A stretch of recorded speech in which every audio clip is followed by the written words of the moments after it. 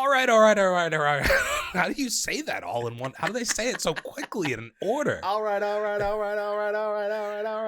Okay, fellas. Yeah. What's cooler than being cool? Ice cool. You got it wrong that time. Did I get it wrong? Yeah, it was ice cold, dude. Oh, ice cold. Ice cool. Fuck. And all right, ladies. We gonna break it down for you real nice now. We're back with another episode of FTWGT Weekly. It's your boys from For Those With Good Taste. It's your boy Lenny, joined again with the producer of the year, D-Swizzle, the dirtiest water of entertainment. Ooh. Dante. Damn. Had to come down. you had to crescendo and then make your way down. If you could drop a like, maybe comment on this podcast, please share it with the world. Tell a friend, ask a friend. Charity is requested. We need it. Please. We're like men on the streets with our cash tags out. Oh. That's a throwback. Okay. Remember that one, Dante? Oh, yeah. No, you didn't for a second. We are back with another episode of the podcast. This week we are going to be talking about a couple movies we saw. We went on a double date this week, Dante. Please don't call it that. We And did. Also, technically, no. We went on a double date. We saw two movies. Oh, we went on a date twice. I was thinking about merchandise that we could make. Yeah? And I don't know. Can you look up if this shirt has been done for me really quickly? Let's see. I'm sure it has. Like, I was thinking about parentheses, lowercase boy, close parenthesis, and then friend in capital letter. Okay. Friends. It's a weird thing to search. Nothing's coming up? Not immediately. All right, nobody steal that idea from me. You put it on the internet, so you better make it quick. But yeah, like, because we're boyfriends. Yeah, why do girls get to get that one off and it's cool, but when we say it, it's sus? Yeah, like, so I feel like the parentheses breaks it up nicely. Like, okay. You know, we're boys, but we're friends. Like, we're boyfriends. Oh, yo, do we do that? Like, that same spelling of it, right? But do, like, the friends logo, like, dots between it? I feel like that's played. Is that too much? Yeah? Yeah, I feel like that's pretty played. And, like, R.I.P. to Matthew Perry. I don't want to, R.I.P. you know, damn, moment of silence. All right, yeah, we're boyfriends. Nobody take that. I think that's a good idea. I like that. Popped into my head after I had the double date joke. That was like days ago. I've been holding that one. All right. Yeah. All right. Good taste merch coming soon. Yeah. Boyfriends. The fact that that's our debut merch is kind of horrible. Yeah, but we saw a double feature this week. We went to, well, let's start here, actually. We didn't try to go to a double feature. No. We actually tried to go to a single feature. And I don't know if we would have even, like, I think I would have seen the other movie, but I don't know if you would have never, ever ended up seeing Thanksgiving if we didn't have what happened to us when we tried to see Hunger Games the first time happen. You don't think so? I don't know. You think that was the main reason we ended up going for the double feature? Yeah, well, because, like, I don't think I would have told you if I was just going to go see Thanksgiving. Fair. Yeah, like, I think I would have just gone to, like, Braintree after I left work one day or something and caught it. I might have still eventually gone to see it, but yeah. I don't think you would have. So yeah, we went on Thursday as we normally do to catch whatever like the happening movie of the week is going to be. You know? And we're in there. We're about 30 minutes into the Hunger Games, right? And we realize the theater doesn't have a great failsafe for certain scenarios. Well, I think it's a good failsafe in case it's a real scenario. What? So I'll ask my question after I kind of set up what happened. Where a big bang goes off in the theater in the movie. Okay, I was gonna say. Oh, actually, yeah, Yeah. And then all of a sudden the lights turn on, and the fucking alarm starts going off. Lights are flashing, and they're like, "Please exit the theater to like whatever exit." And Dante chooses the exit of this theater that makes me go down 2 fucking massive flights of stairs and exit out at a crumble cookie just to slap me in the face. Well, so hey, the bright spot is we didn't know there was a crumble cookies there. That is a new development. Maybe we'll stop by and grab a cookie after our next double date. After? You can give me the cookie. You don't want to Bro. You can let me get you cookie. Bro, stop.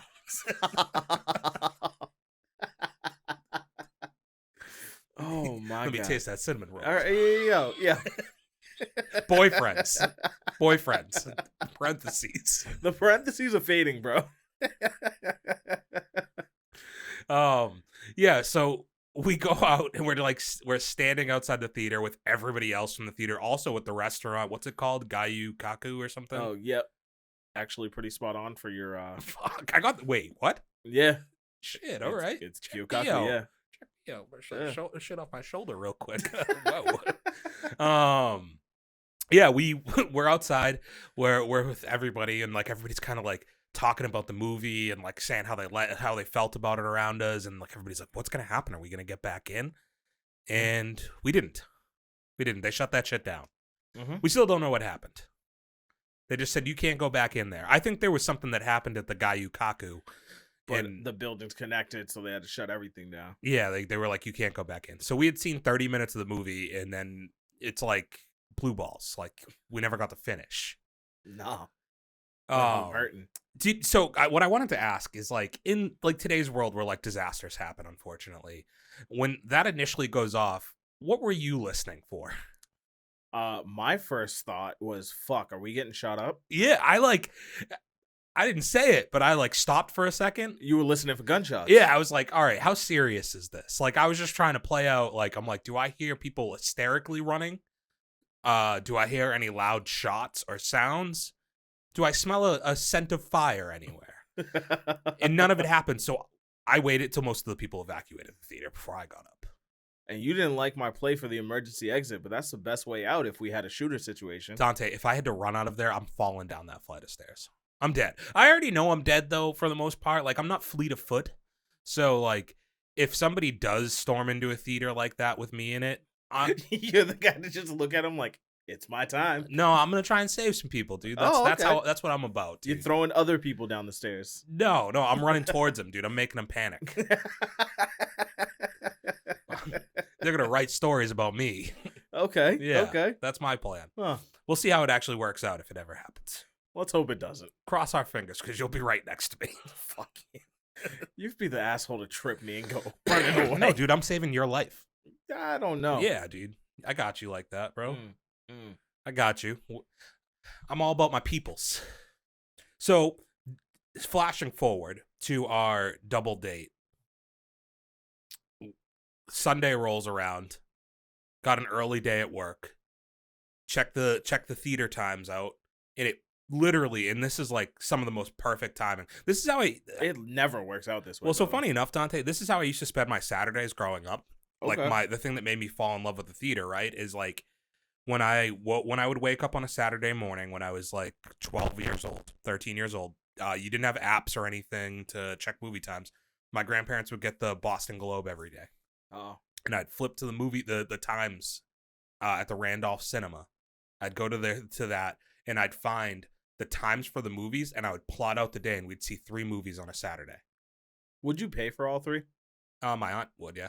Oh, really? We would buy the tickets when we got there, like right when we got there. Because there was definitely a few occasions where I did the same thing with my father. Yeah. But we would basically just go to Randolph Cinema, and after we got out of one movie, we'd just go to whatever other movie was starting in that wing.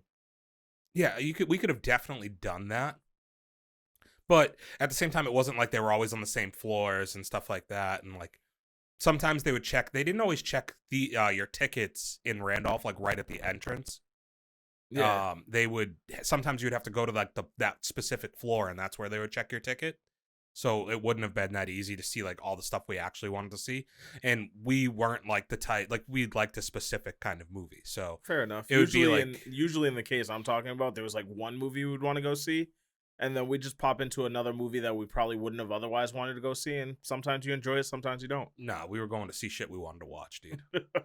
So yeah, that's how I would literally like plot out our day so we could line up movies like this. So it's like this one's gonna get over around this time. We'll go to that one. That one's gonna get over at that time, and then we'd go to like whatever the next one. We would do a whole day. You also said you checked the Globe for show times. We were definitely movie phone people. Yeah, no, I wasn't calling somebody to check my times. I didn't need to, dude. Hello, and thank you for calling movie phone.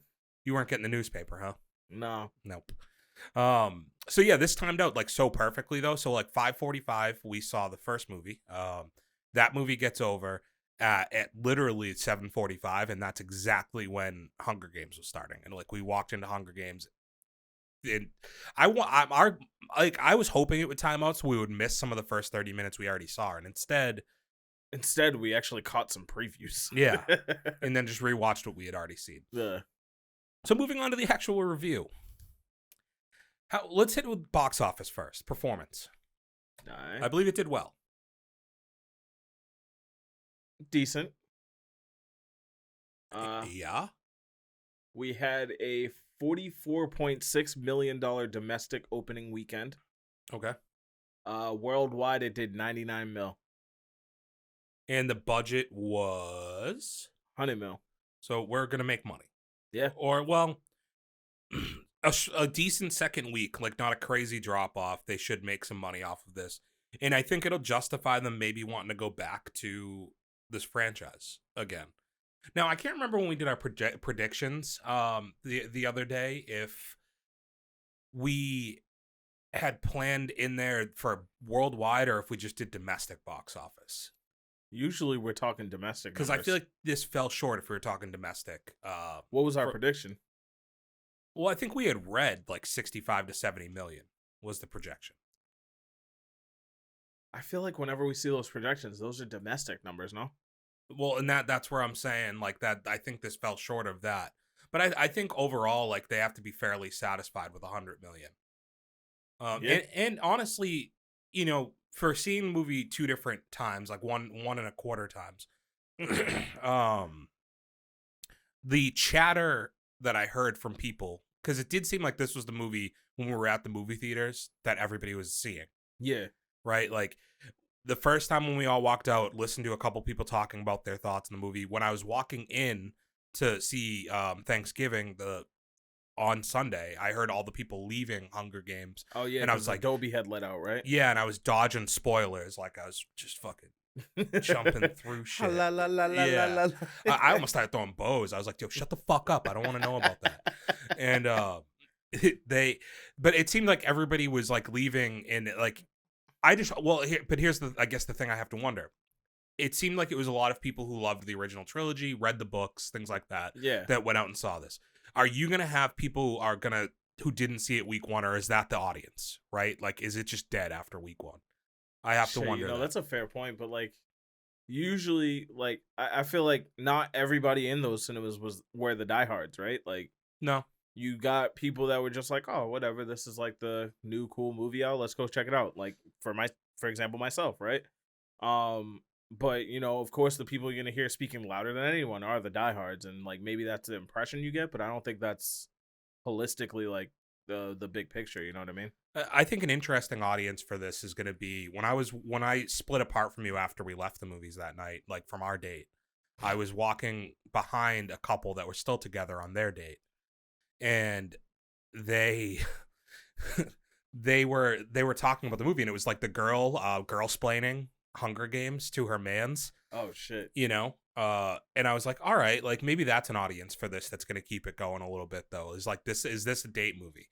From an exterior standpoint, I do think it is a date movie. From an actual watching the movie standpoint, I don't know if this is a date movie necessarily. But the guy who plays Snow, I think, is like the perfect like modern day like heartthrob, where it's like girls are like so toxic that they would love that energy that he's given. Damn, he got you wet. I mean, well, I have a boyfriend. But you know what I'm saying? Like the like they have the he's like that toxic masculinity that like girls love. That are like I literally saw a post on Twitter right after I saw the movie, and it was like a picture of him looking all good with like his shaved head, and it was like a girl put like, I can fix him. Oh my god. It's like, this is perfect. Like, this guy is perfect. Oh my god. But it's got like that energy to it, you know. But it does feel a little bit like it could draw an audience for like the date scene. Like, oh, the Hunger Games is back out. Like, you know, it's a movie guys can kind of get into. Strong female protagonist, though. The movie itself, Like, first of all, like, spoilers. Like, are we just gonna talk freely? What do we think? Yeah, no, Okay, we're spoiling. So three, We two, have to talk one. freely. I'm not singing it, but like, well, it is the Songbirds and Snakes. So, get your Lucy Gray on. I can't sing like her. Come on. 3, 2, 1. What do you want? What do you want? Hit me. Give me like a muse. Who's my muse? How did she sing? She doesn't like. She was more like a Southern belle. Yeah, You would hit me with like a real, baritone. All right. What's a Florida Georgia Line song? You think I know? What's the one with Nelly? Yeah, fuck. 3.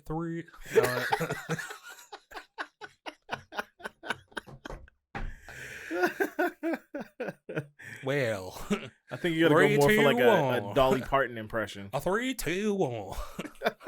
Spoilers. You know what? That works. Spoilers, yeah. Like that works. Joke's done. The movie itself, it's long. I think that's going to be a takeaway. It seems like everything's long now, though. Pause. It's kind of like 1.5 movies to me. Yeah. It's split into 3 parts. So I would almost venture to say 2 movies. It's like 2 half movies and a whole other movie. So that makes it 2.5 movies. No, 2 halves and 1 whole is 2.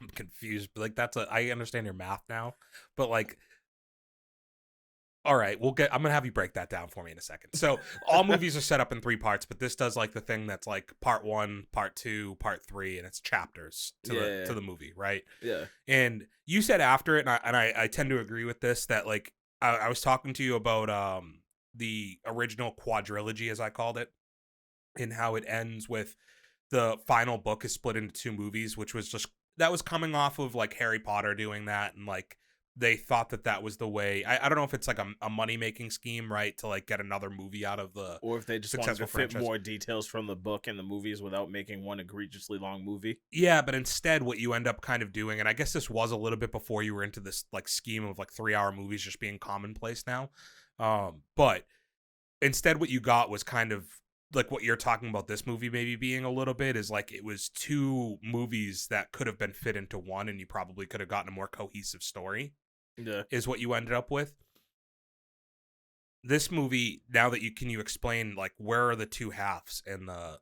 So I feel like the first 2 acts were like halves, like, right, like it was like, oh, okay, this is leading into this and this is leading into this, but I almost feel like the third part could have been its own movie. But that would, like, I don't feel like. But that's where I think the 1.5 movies, like you had a full movie so through the first 2 parts, like we said. So that's where I'm getting to. We said the same thing. You're saying 1.5. I'm saying 2. Our math is a little different. But like, why are we splitting 2 halves make a whole? Yeah, I said it was a whole movie, and then you're trying to say the last part was just a whole movie. Yeah, I'm saying like Act 3 could have literally been its own movie. I don't know if I agree with that, because it's only like 40 minutes long. Yeah, they could have further explained. You want it more in there? No, like it was already like. Bro, like, I have no problem with the way they did the movie. I really enjoyed it. Just as far as calling it multiple movies in one, that's the way I saw the math. All right, moving on. We're not going to sit here on fucking movie math. Our first, like, 30-minute viewing of this movie, we left being like... So we both had different perspectives, because you didn't know anything about the original Hunger Games movies. You haven't seen them. No. I know what Snow turns into in the books. I've read the first 3 books. Apparently there is a book for the Songbirds and Snakes. I've never read that. Okay. I don't know when that. Can you look up when the book came out? I don't know if that book came out like as like, they do like a theatrical like novelization that they'll come out with. I don't know if that's what this is, or if they had already come out with this and they just made a movie off of it. But I do think it's an interesting thing to do so a few years back. So they basically came out with this, and then they announced that they were going to make a movie off of it. And I wonder if she only wrote it because the success, and they wanted to make another movie, and they were like, would you consider writing another book? Or if she was inspired by it, Or it does make sense, because like I did watch like a short YouTube video after, like, of like people talking about the movie, and one thing I didn't know is that this is one of the few movies where the writer of the books actually works with the filmmaking team. Yeah, and what they've gone on to say now, not to skip ahead of ourselves, but like they basically said that like they would consider doing more of like the Hunger Games universe, but only if she was going to be writing it. Yeah, that's Like, exactly what I heard. Yeah. yeah, like they won't move on without her being involved. Suzanne Collins, shout out to her. She's the one who wrote the books. Word. So Snow, I think he's played by Donald Sutherland, who is an all-time actor, very good bad guy. Shout out Italian Job. He is like perfect in the role of Snow. But then you start off the first 30 minutes and like you can comment on that. Would you have read in the first 30 minutes we watched, then it had it stopped, that he was going to end up being a bad guy? No. What was your opinion on him coming out of like not knowing where that movie was going from what we had seen? Like, this is the best guy ever. Yeah, like he's a guy who's It's like, this is the guy you want in your corner. Yeah, he's faking it to make it, right? He doesn't have a pot to piss in, as they say, but he dresses the part. He's trying to make like good on his dad's reputation and achieve the goals that his father did, and he's pushing through like these obstacles that he has. And now he's got this girl who he, sees similarities in, I think, to himself, but she's completely okay with who she is and wants to help her get through these games. Has some attachment to her immediately. Yeah. And I left there being like, I don't know how they're going to make this guy a bad guy. Like how does he spiral into the descent of this? And I think that's kind of what makes this movie interesting. And they could have really flopped on that third part to me, because essentially what you get is the first part is them. Oh, the third part is what ties it all together. Yeah, right. So like the first thing is him like learning that he's going to have a person in the games this year. He's not just going to get this prize that they get every year prior to the games. He's got to like be a champion for one of the people in the games, essentially, and a coach, and help them get through it. And you get the feeling for where the world is at this point. You're learning about the characters. You're learning about like Lucy Gray and like kind of what's happened to her to get her there. And you really grow to like both of these characters, and you're rooting for them. And then the second part, they definitely did a great job of like attaching you to the characters. Yeah, I do think that's what I appreciated about the runtime. The runtime's a little long, right? I said it's like it's what, 2 hours and 40 minutes or so is the runtime for the movie. And the second part is the games, right?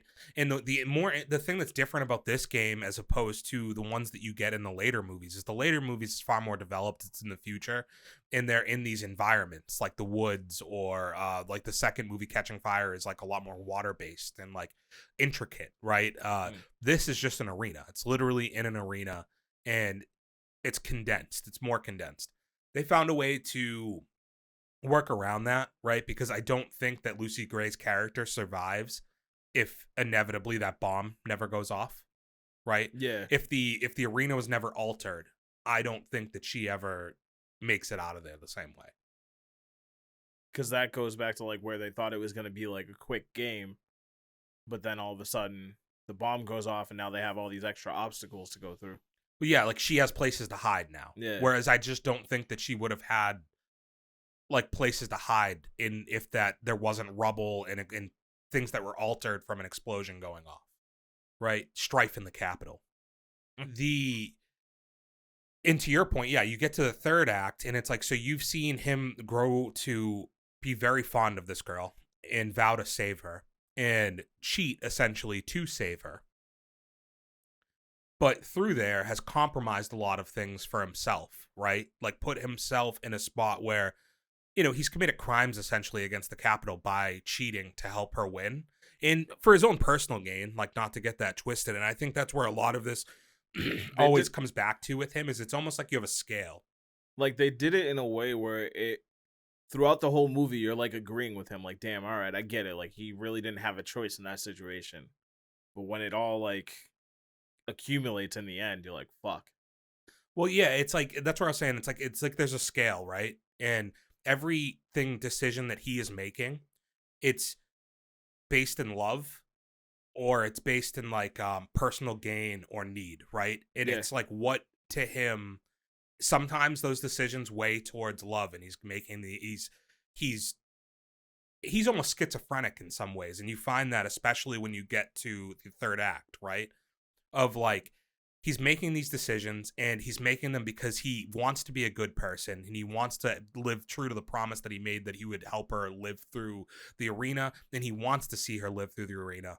And then the other part of it is like, well, if I make these decisions and I do help her live through the arena, I'm going to get what I want. But then when those decisions cost him that opportunity, and you get to the third act and he's banished from the capital and sent to to District 12, which he puts himself in because he wants to see her again, because again, these are the decisions that are weighing on him, right? Like, Yeah. I still need to see this girl. Like, so he makes that decision. But then when he gets there, he's enticed to go back, and he's got to keep battling with this idea of like, who am I?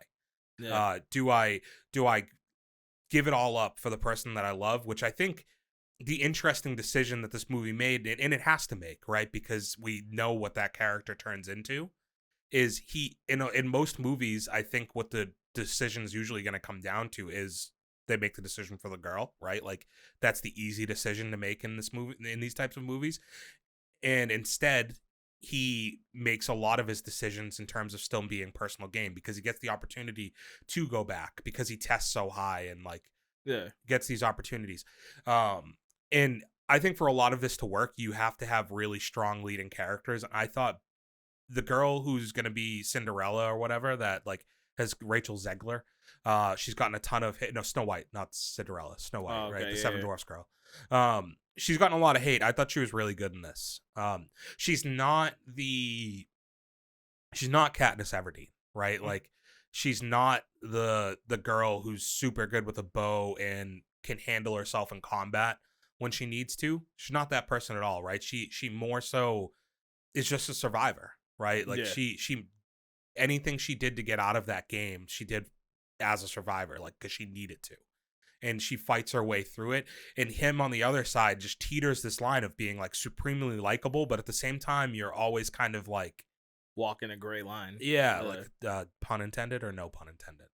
Oh. I didn't even see I did that. No pun intended. You know, like, it, because he's always tantalized by the bad decision, right? Like, even the game maker, and like providing insight to her, and like some of that was to help Lucy, but it was 100% personal gain that was in there too, right? Yeah.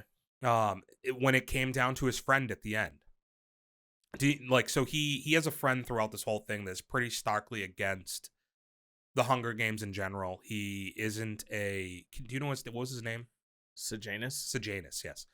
Like, he's kind of the morally good person of this movie, right? Like, he's calling out the Capitol for all of its negativity that it creates and how bad the games really are for people.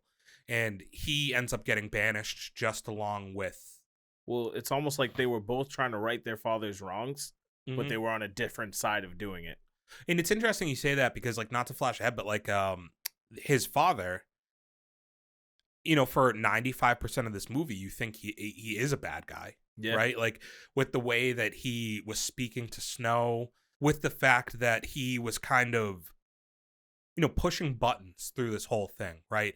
And he has, like, you see him taking vials of, like, what we couldn't tell what it was. Inevitably we find out what it is at the end, but it's essentially a drug, right? Like, he's got an addiction. Basically booze, right? Well, no, morphling. So it's like that's what it was, like a morphine, essentially, right? Like, he was essentially taking a drug, and you don't get any explanation for that. You just see him being kind of a dickhead through most of the movie, and you don't find out until the very, very end of the movie, essentially, like, what was driving him to be that, right? Yeah. And it wasn't that he's a bad person; it's that he contributed to all of this bad.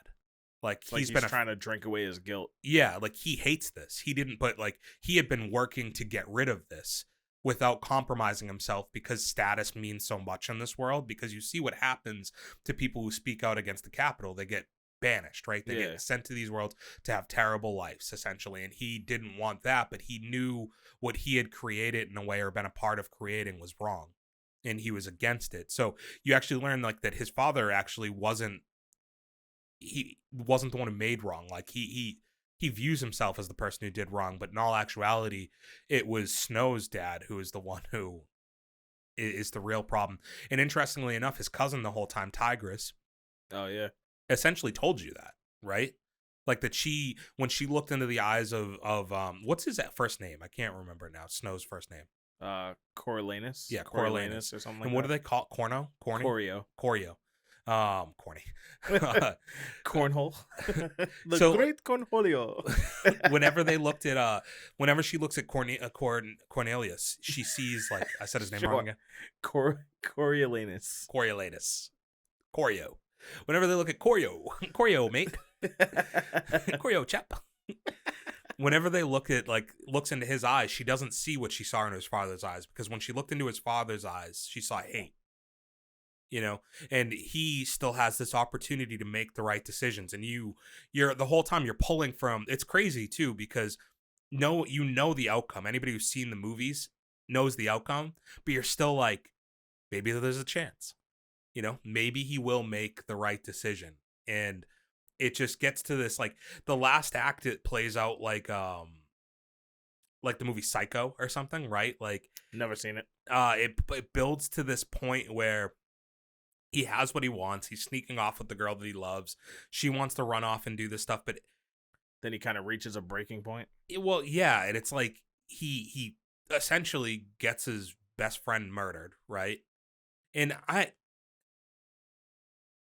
there's some stuff that doesn't make sense to that too, right? From his decision-making standpoint. Like, it makes sense within the context of the movie.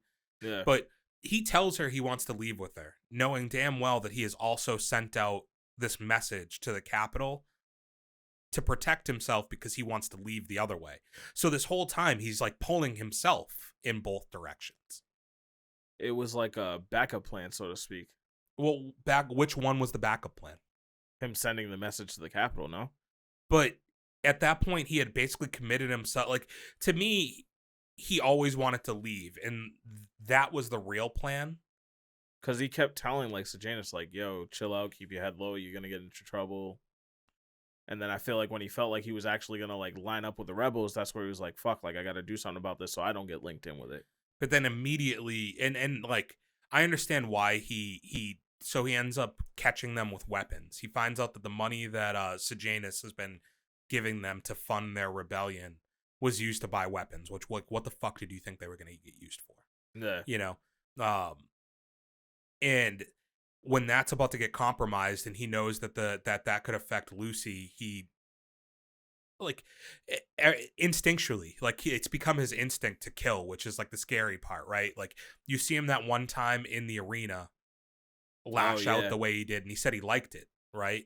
Yeah. And that's where you see he specifically said it made him feel powerful. Yeah, like, he's falling, he's addicted, he's becoming addicted, I think, to that feeling. And you see the early stages of it. That's the first time you saw the guard kind of come down on the character. Yeah. A little bit, right? Like, where it wasn't the knight in shining armor so much anymore. And, like, he was going to do things out of desperation that were going to be, like, that personal gain was always going to outweigh everything else. But they still framed it in a way where you're like, okay, I get it. He had to. Yeah, but, like, yes and no. But, like, that final strike was not a needed blow. Yeah, exactly. Like, that was him becoming unhinged. Like, that was the first scene of him really not having that thing to get him to pull back, kind of.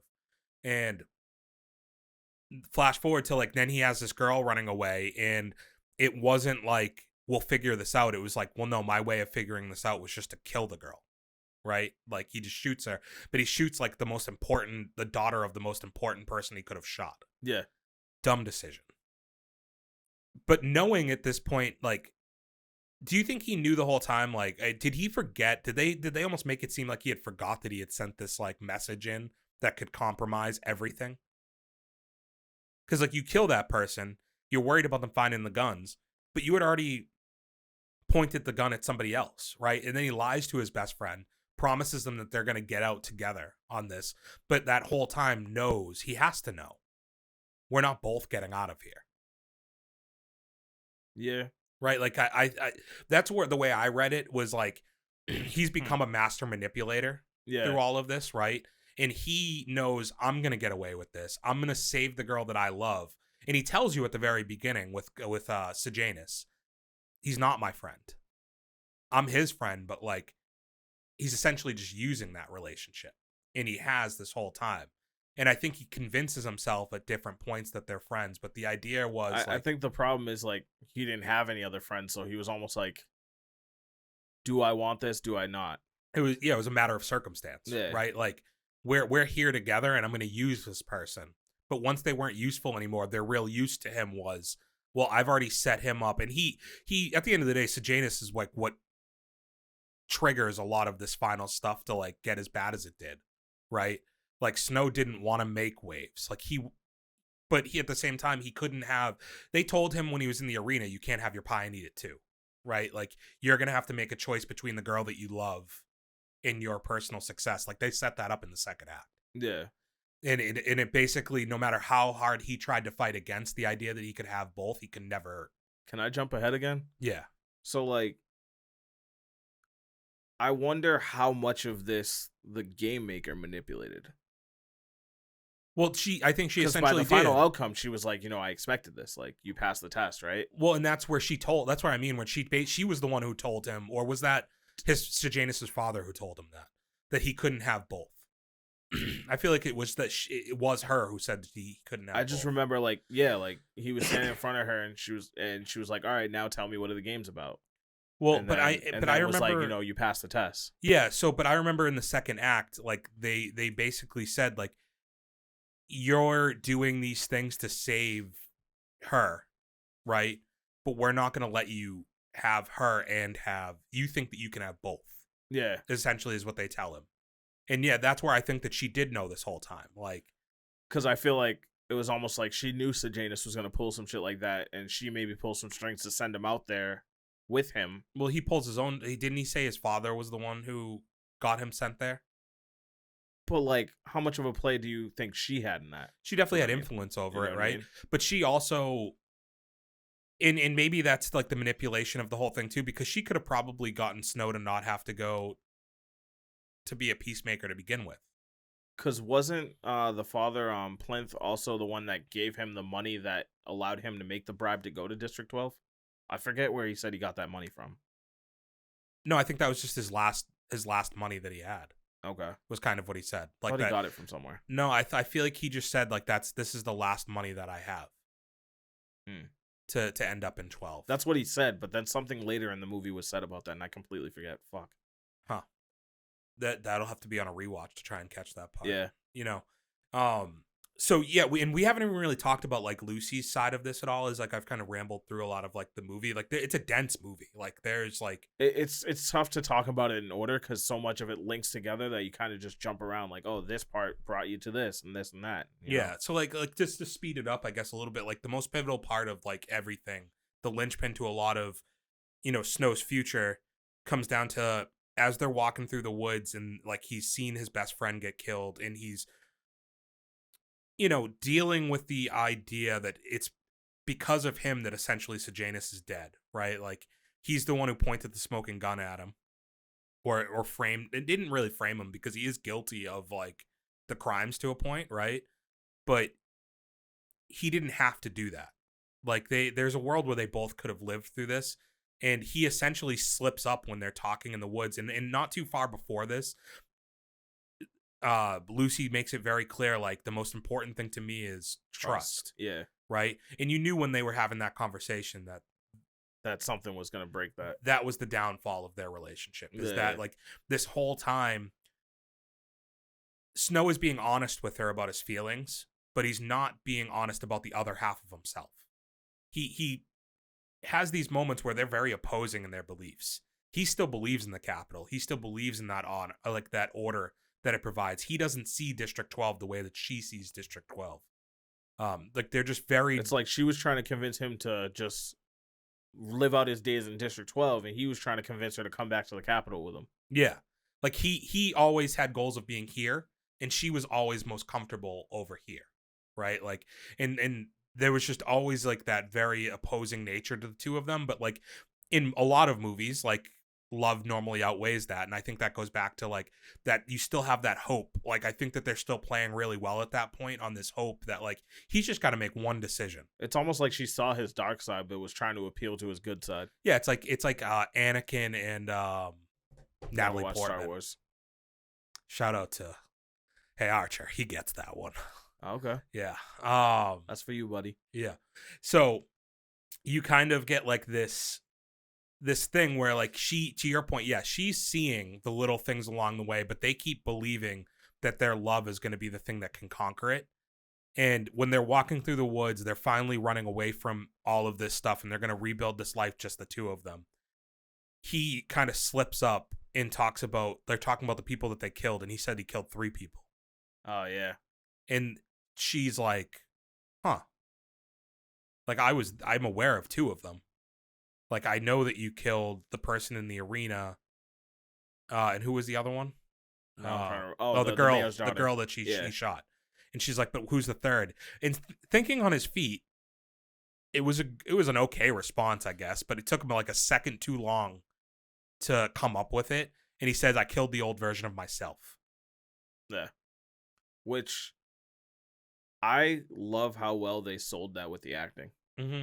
Like, to lie but make it like a not believable lie while acting, I think is really like... I think it was that pause, right? Yeah. Like the lie is good, but it was his hesitation because you see this moment set in where he realizes like, fuck. And that was the guilt shining through, right? Like that was the guilt of him knowing like, I essentially just got my best friend. Like that's the stuff weighing on his conscience of like, he knows right and wrong, but his selfish desires have always outweighed what's right and wrong in a lot of these things. And I think him ultimately getting Sejanus killed is like the first time he started to question his morals. Yeah. And like everything else he could justify. But it was also like extent, you know? I think it's also like the darkness inside of him where it's like he was okay with it too, right? He was okay with it, but he knew she wouldn't be, and that's where he started to question himself. Like, shit, like that was obviously for my own selfish gain, and I can't let her know that. Mm-hmm. And he had a moment where, like, okay, so like kind of looking at it from like, you know, if it branches off, the story can branch off in 2 directions, and we see the way it branches off. Do you think her character, if he had have been honest in that moment, and this is that thing in real life too, where girls are like, if you just told me the truth, like things could have been different. Do you think if he tells her the truth right there, that she is able to forgive him, or do they end up in the same exact spot? Like if he just comes clean and says like, I sent a Jabberjay in with a recorded conversation, like those words that you heard played over the speaker, I recorded them. I'm the one who got him murdered. I fucked up. I panicked. I saw that he was doing this, this, and this. Do you think she's like, I still can't trust you because you set up somebody who's you're saying is your best friend? Or do you think she's able to accept that because he's doing what he thinks is best? I think he has a chance if he has a really good way of like explaining why he did it. You know, if he really felt like he had no other option and he can get her to understand that, then maybe. But like he only did that not because he wanted to be with her. I think that's the other part where the lies would come in. Is that he, even if he told the truth, I think he would frame that as a decision to save her. But really, he made that decision because he was getting the offer to go back to the capital, essentially, right? Like, That's why he did it, because he told Serjanus, like, I have the chance to go to 2, and then that's going to get me back to the capital, and that's where I want to be. Yeah. And that's why you're fucking things up for me. And like, that decision, when he made it, really wasn't for Lucy. I think he would have still lied and framed it up for Lucy. Somehow, yeah. You know, and I think that's where, like, no matter how he played that, once she realized what was actually happening there, and that trust was going to be gone no matter what. Now, I don't know if, like, what her intentions were. Like, do you think her intentions were to kill him? Because, like, wouldn't you, like, so once she basically leaves, she just goes off into nowhere, right? And, like, that was a fun scene, like, them in the cabin together, like, this tension, and him realizing, like, this is where the guns were the whole time. And do you think she knew the guns were there?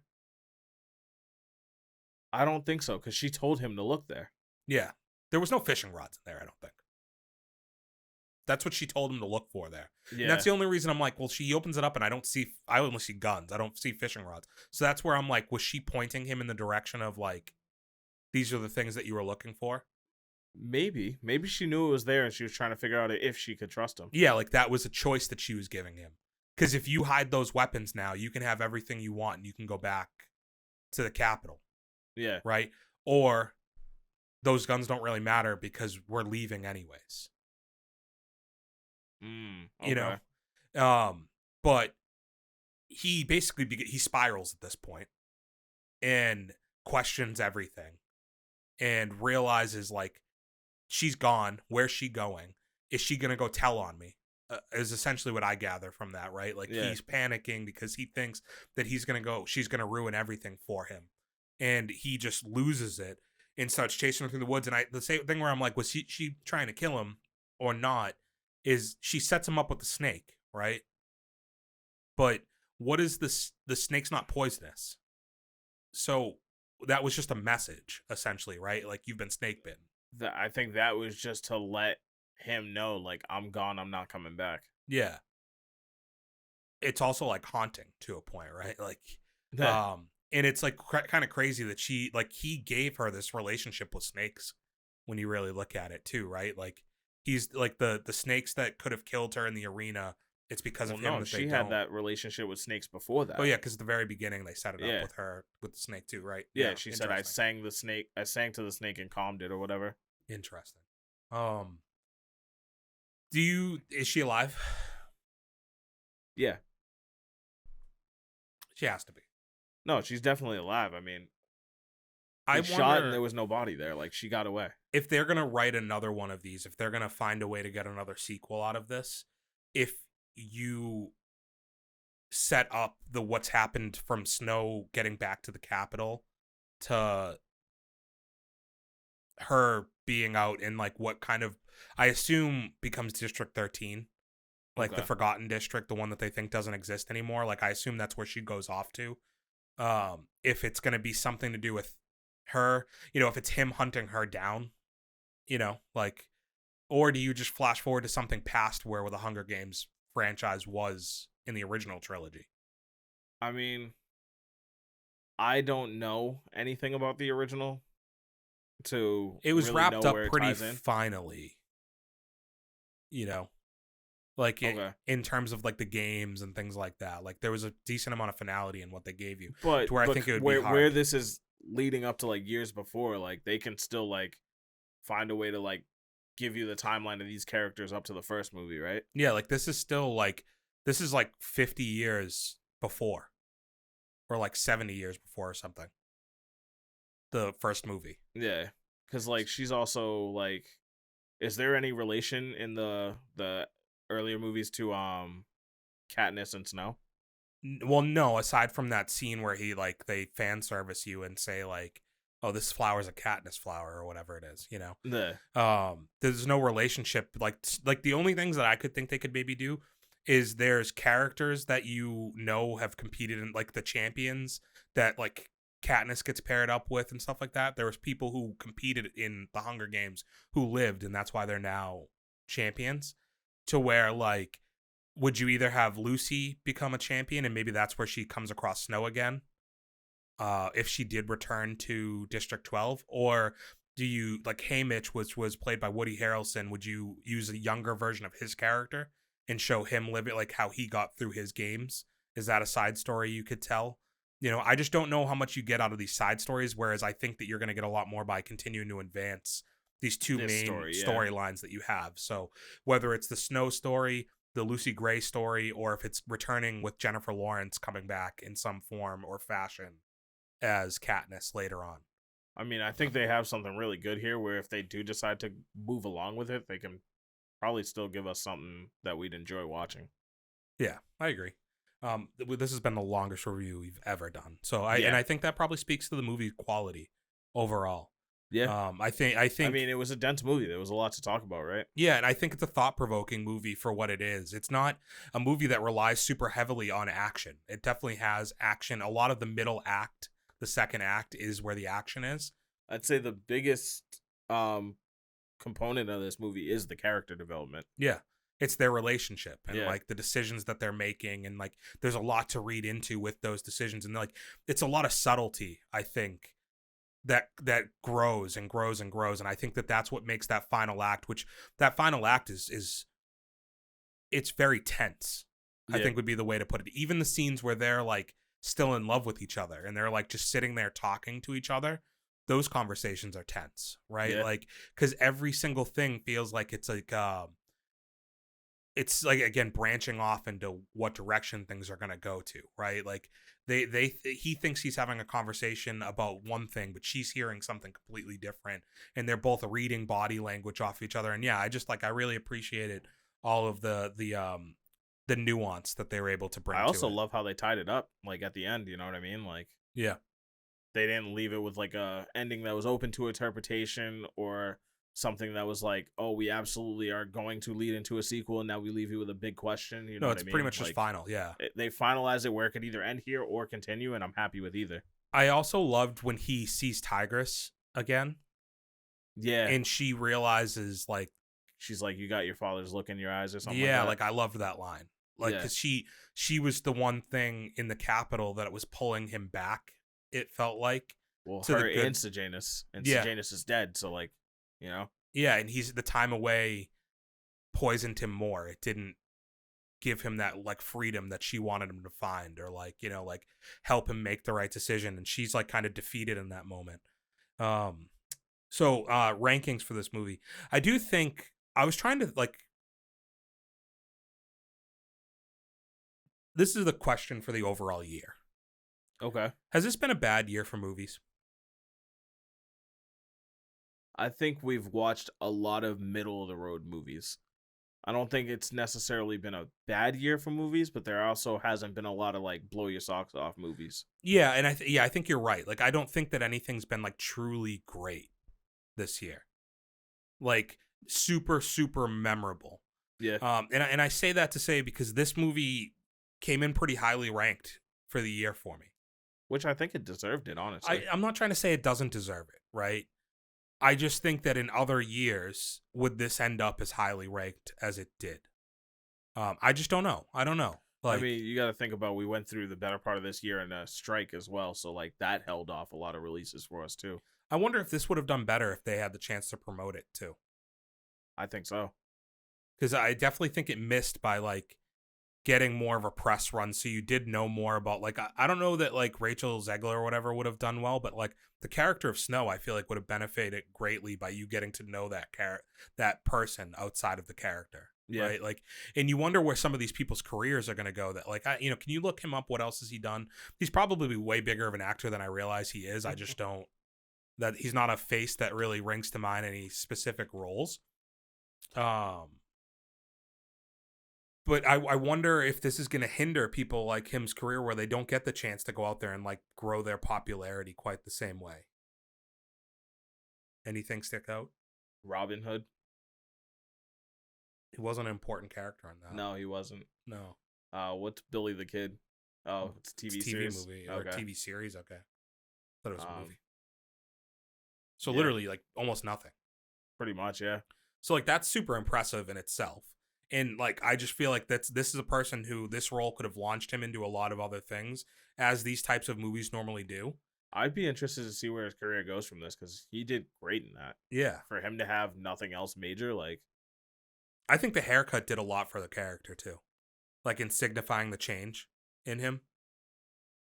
Like, Yeah. going from the buttoned up guy in the Capitol, then shaving the head and all of that in the final act. Like, I think that went a long way for the character, and, like, the maniacal side of it too, you know? yeah, like showing like his unhinged side. Mm-hmm. So this movie came in at 3.5 stars for me Okay. out of 5. And I ranked it 6th on my movies of the year. What are your top 5 again? Mission Impossible, John Wick, Guardians, Covenant, Creator.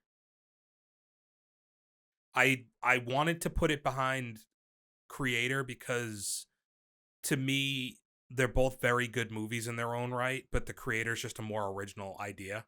Okay. So I appreciated that a little bit more. I think I like them both pretty equally. I just gave the edge to the originality of The Creator. The Covenant we've talked about to death on here. It's just it's a phenomenal movie. The top 3, Mission Impossible might need to get bumped down. I feel like Mission Impossible and John Wick are just nostalgia. Yeah. For you.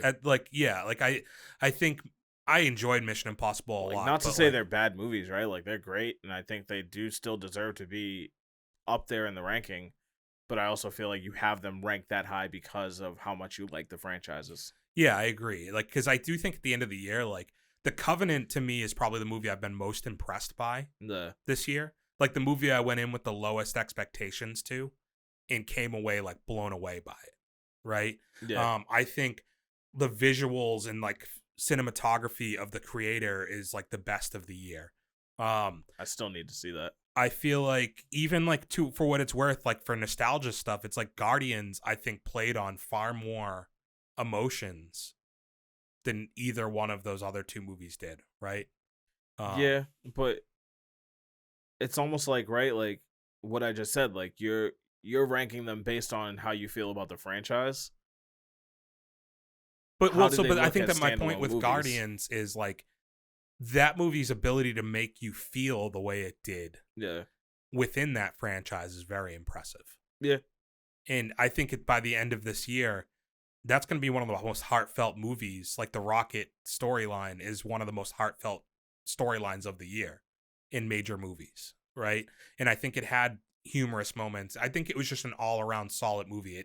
It hit a lot of important notes. It had action, it had comedy, and it had a heart. And I think that that's why it deserves to be as high as it is. I think it's hard for me to put it at number one, but then I'm like, is Covenant number one for me for the year?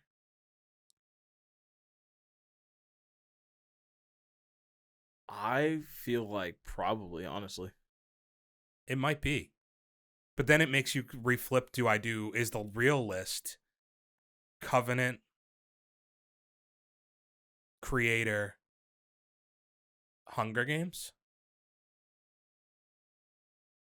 Because I think as a movie, like just judging it as a movie, not taking away personal like feelings, Like just as a standalone movie. like the acting, the story, the tension, like all of those things are super important to making a good movie. And I mean, especially like from my perspective where I haven't seen anything else and I don't see it as part of a franchise, I can actually just look at it as a standalone movie. I loved it. Yeah. It 100% held interest the whole time and like through the flowing of like different stories being weaved in there. I think the only thing that changes the way I saw the movie, and I appreciate that you told me this, was knowing who Snow becomes. Mm-hmm. But aside from that, I don't really feel like I had to see the other movies to appreciate this movie. Well, here's the thing. We have 5 weeks left in the year. Right? Yeah. And maybe the first episode of like 2024 is a revision, and maybe we rework this list a little bit. Okay. I think I'll leave it as it is for right now, and we'll see the rest of the 2023 movies. There's only a handful left at this point, but we'll come back and we'll rework it. And I feel like it was suggested a little too late in the game, but I think come 2024, I'm going to have a list too, and we'll get to compare lists. I love that. All right, Tante, I'm going to need you to apologize for what you did to me. I would love to blame it on technical difficulties, but this is just my fault. So explain to the people what you did. When you have to press so many different record buttons, sometimes you miss one. 2. 3. Oh, you stopped the video recording earlier too. Okay. Yeah. Yeah. So we had like after the end of the Hunger Games review, we had a little bit of a snafu where like the audio stopped recording, so we had to export and start new clips. Dante recorded the video of me and him, but he never recorded the audio as we proceeded to do another 20 minutes of reviewing Thanksgiving. Which I'll also have to restart the camera. Yeah. So. Yeah. I don't know how this is going to go because, like. We've talked about this before. We've talked about it already, and he's heard my jokes. They're still funny. I might laugh again. All right. Well, like, you have to. Now it's to see how good my acting performance is. Yeah. So Thanksgiving. The most wonderful time of the year. Movie in the kind of in the footsteps of Halloween. Kind of like this movie that they're going to be able to go back to every year, right? Yeah. Cool. I'm trying to get it back here, guys. Bear with me. What are you talking about? You've never talked about this before. Yeah. A movie that they're going to be able to come back to every year and make it kind of like and maybe not annual, but like if it does well enough, This is something we actually didn't talk about. How much money did it make? It made so far. Oh, hold on. Go back. How many times did I go forward? Sometimes you gotta go back to go forward. So it closed the weekend at 10.3 mil domestic. Oh, hold on, no, 11.5 mil domestic, 13.9 worldwide. Who are the 2 million people in the world like that were like, I need to watch this American Thanksgiving movie? Just people that want to say people from Boston are assholes. Yeah, inevitably that's what they took from this. Fuck, they're never gonna come here. They're gonna kill our tourism now. Yeah. On a $15 million budget. So the tough thing here, how much, like, what's the holdover? If it did 11 mil week one, like, is it gonna hold another? Do you think this movie does more money because it's actually this week, Thanksgiving week now? I was gonna say, I think it carries through because it's titled this week's holiday. Yeah, so you're gonna get some traffic throughout the week. People are home from school, things like that. Movie theaters are still open on Thanksgiving, right? Yeah. There's a lot of people that don't do the whole dinner thing on Thanksgiving that might just want to go to the movies and be like, oh, fuck it, I'll go watch Thanksgiving on Thanksgiving. Yeah, we were talking about this before we recorded. I was thinking about seeing Napoleon because it comes out. We're recording this on a Tuesday. It comes out on the 21st. Yeah. So this comes out on the 21st. When I was like, I don't know if I want to see it tonight, I was thinking about Wednesday, and then I just happened to look at Thanksgiving showtimes, and there's limited showings on Thanksgiving, but there are showings for movies. They all kind of start in the afternoon. Okay. For showings that day. But yeah, I think that like this could probably hold like another 8 million next week, 7 or 8 million. I mean, that's probably up there, but you think it's coming in more at like 5 or 6? Probably. So 50% drop off. Yeah, I think so. That seems high. Like, I mean, 40% is more like I think would be a normal amount. I mean, let's come back next week and see how my prediction is. But I enjoyed the movie, right? But I feel like there's too many other options, or not too many, but there's Napoleon coming out this weekend. There's Hunger Games that's in theaters. It's counter programming, right? It's completely different than anything else. It's a whole different lane. Yeah, you have kids movies in there right now. You have like a drama action movie in both Napoleon and Hunger Games, and then you have this, which is kind of a quick and easy horror movie to throw on and watch. So I think that there is some play there in counter programming, and it's a good timing of the year. Where I think that long term success with low budgeting this movie, there might be something to it. Where like every Thanksgiving, you're not really going to get other horror movies that come out. So I feel like this can still play, right? Yeah, no, I think they definitely opened up a pretty solid lane for themselves. But like I said, sometimes you have to go back to go forward, Dante. So let's do some history, shall we? Yes, sir. Let's play a game. Of more or less. Okay. Do you think that there was more Native Americans and less Pilgrims, or more Pilgrims and less Native Americans at the first Thanksgiving that we normally talk about? I'd have to guess more Pilgrims.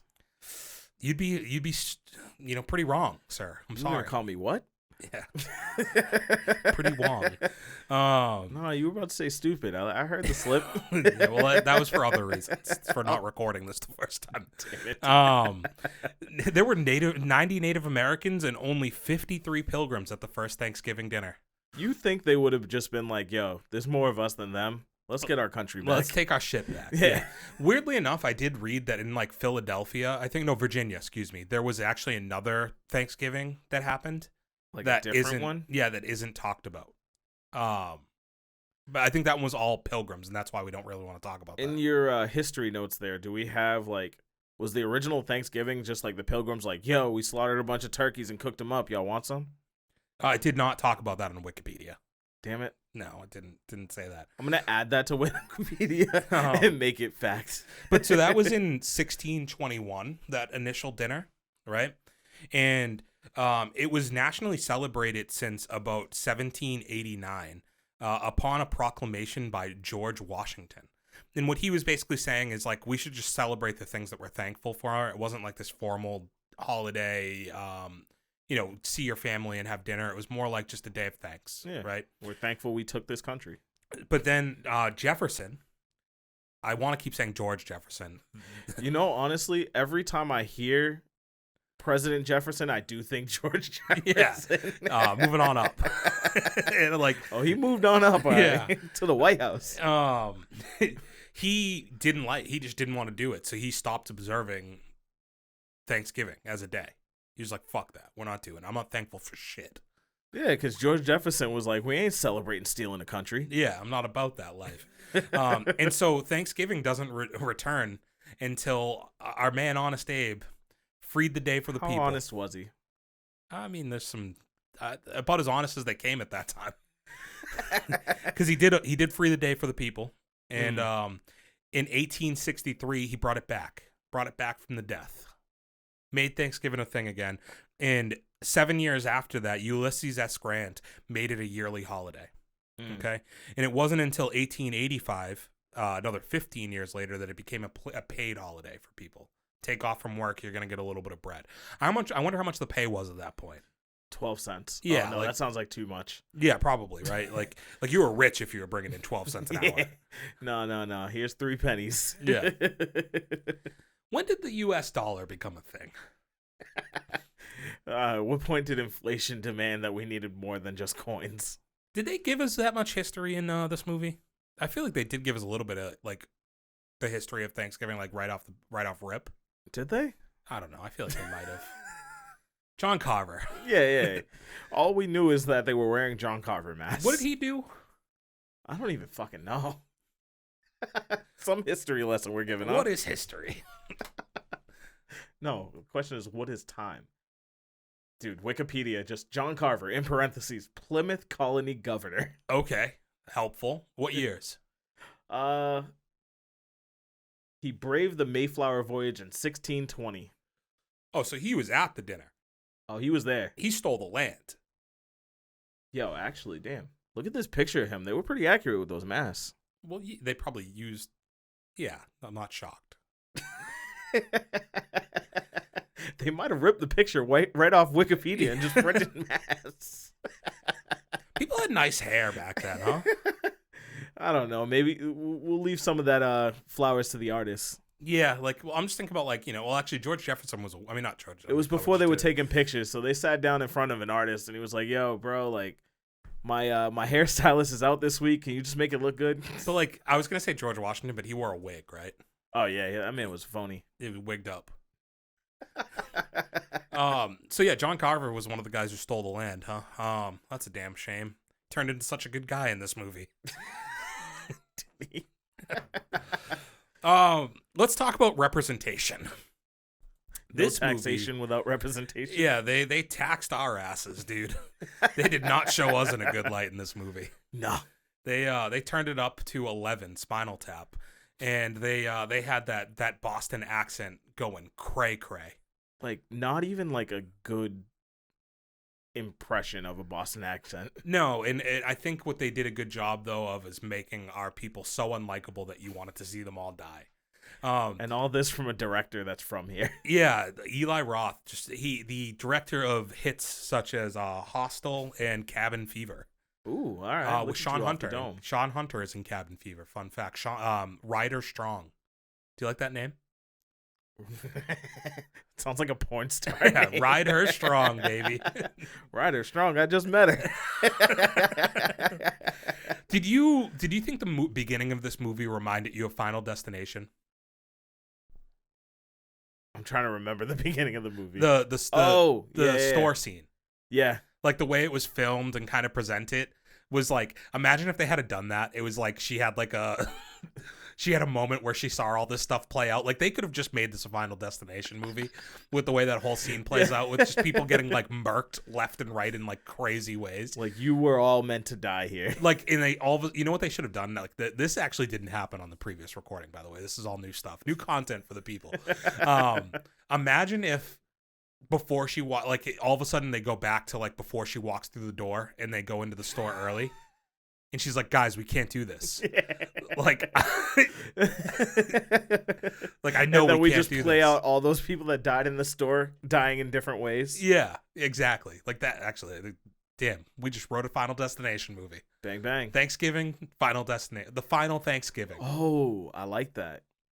We'll get back to Final But it's still a guy in a Destination. John Washington Carver mask. Why am I saying John Washington? George Washington Carver, John Carver. Different people. Yeah, George Jefferson. Moving on up.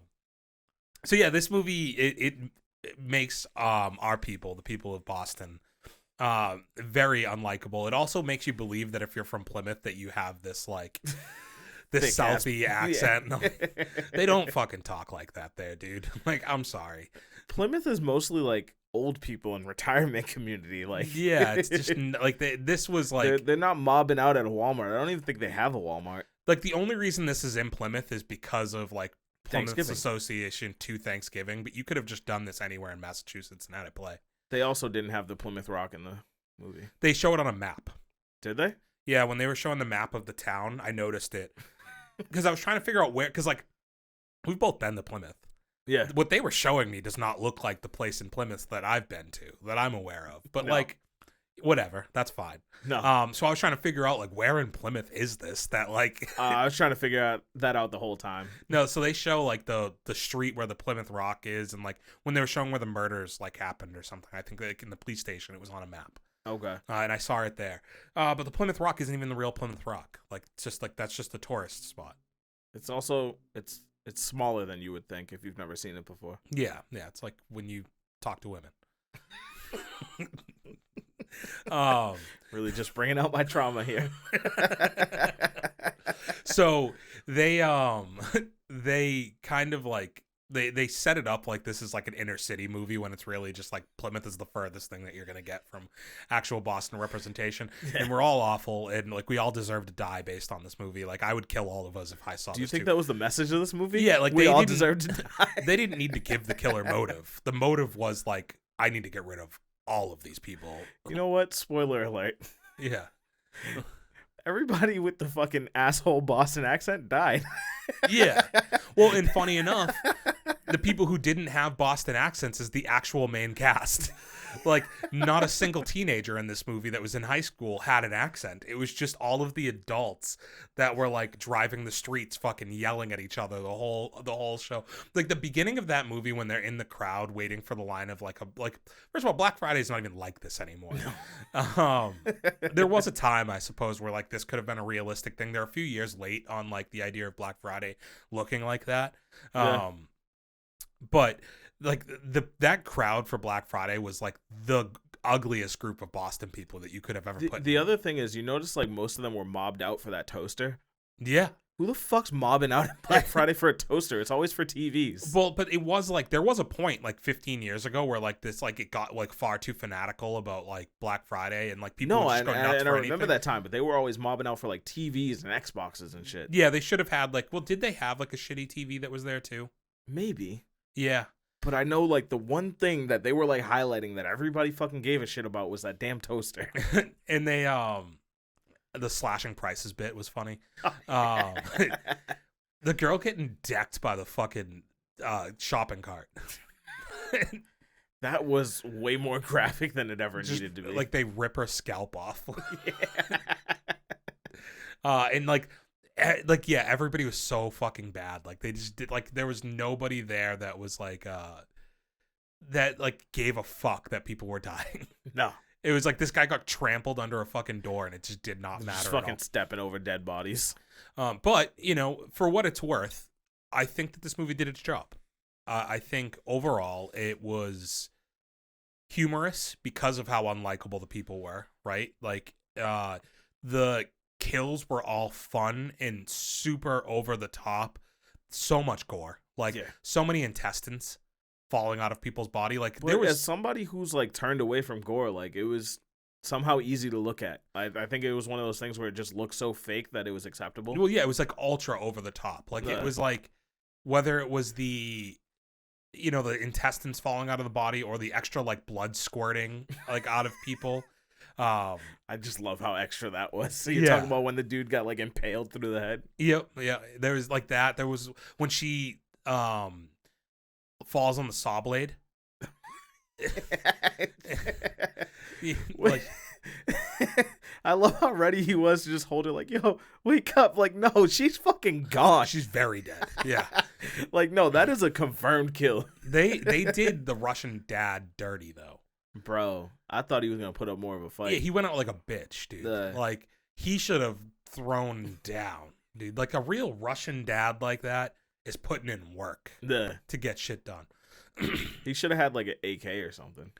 But so with all that being said, I think that this movie did enough well that it was like, hey, this is pretty fun.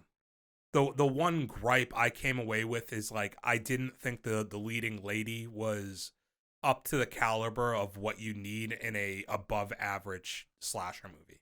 She wasn't really memorable. No, like and I think that's part of it is like the killer didn't have a real motive for her to be the leading lady.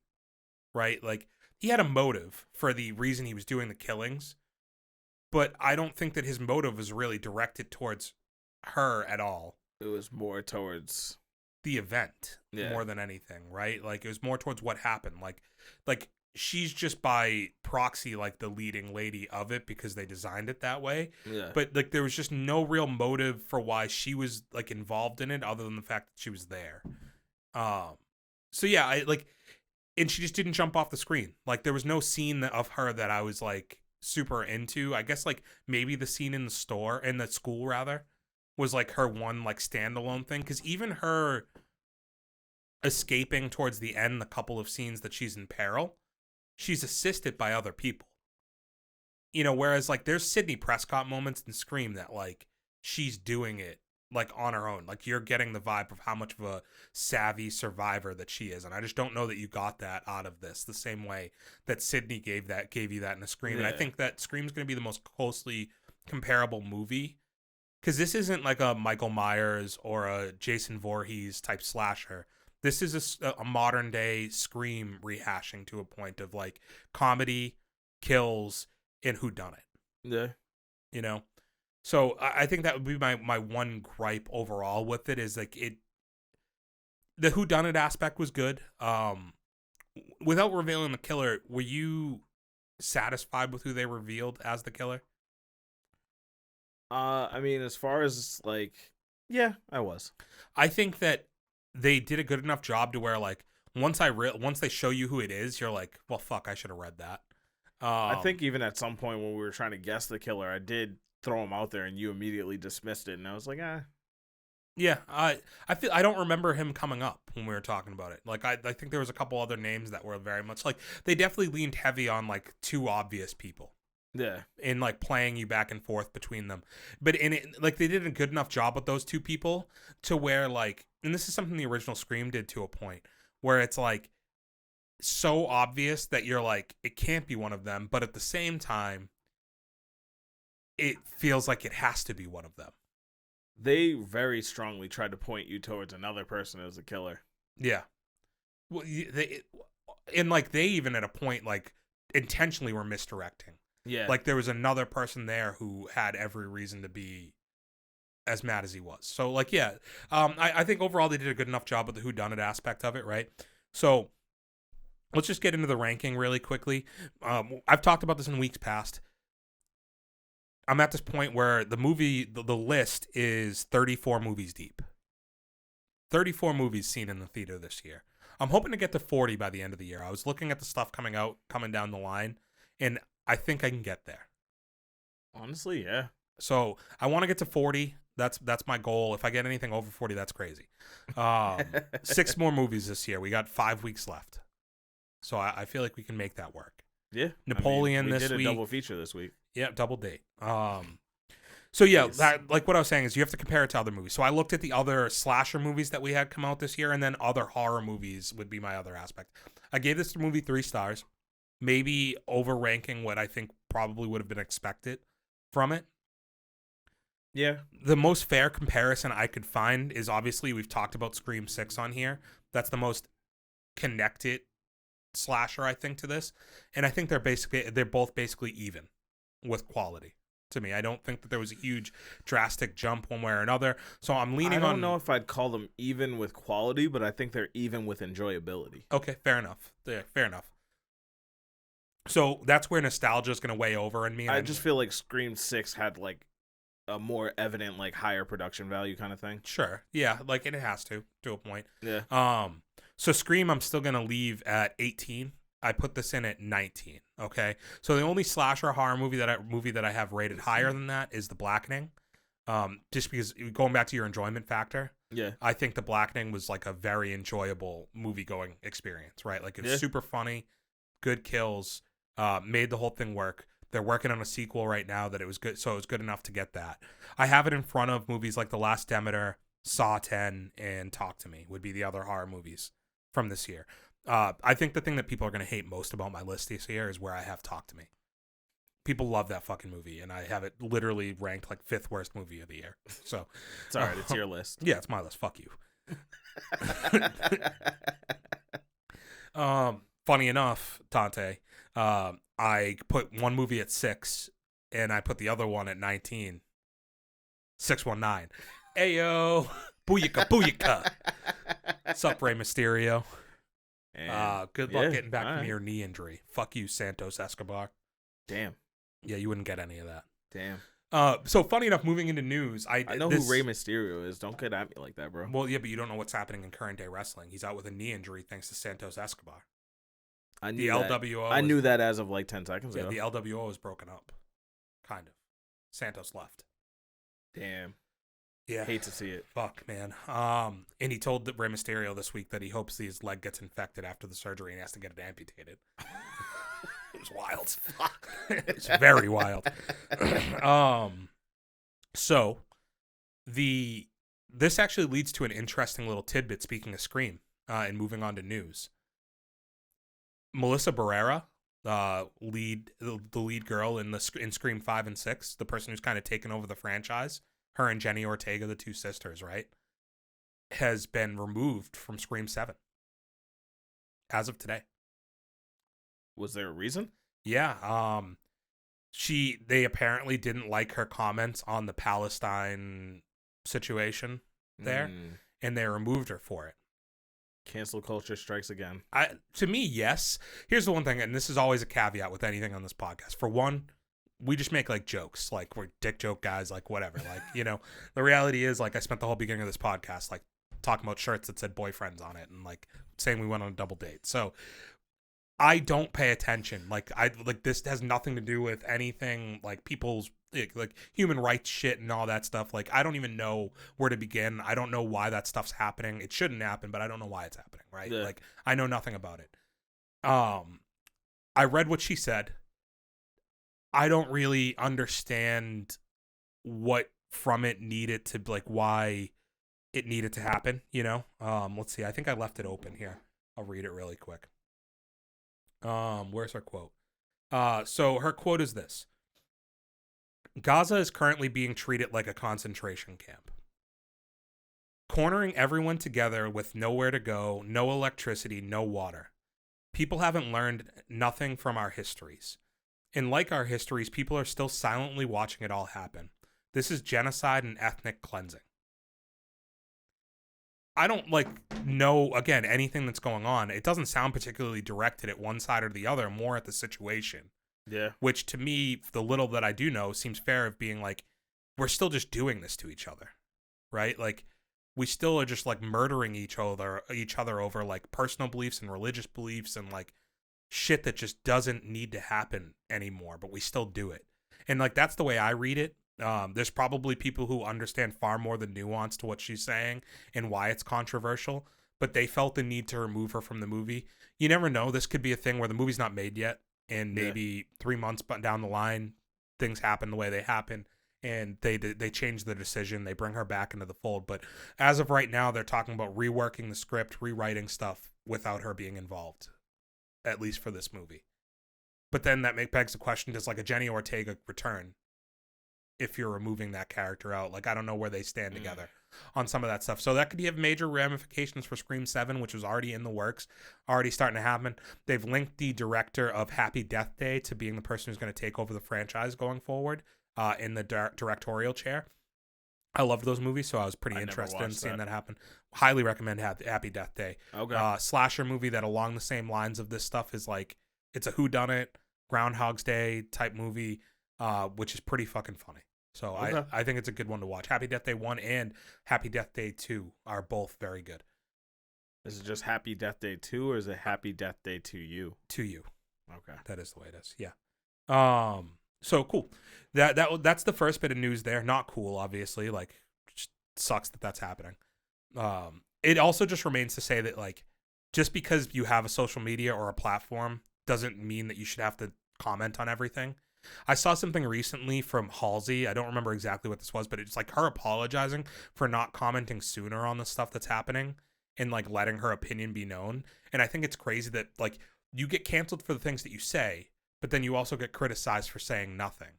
And it's like, if you don't know something about something, not everybody should have an opinion. Like, you should all have an opinion, but not everybody should have a voice to voice that opinion, because most of us aren't truly educated as to what the fuck's actually going on. And we just say things to conform to ideals.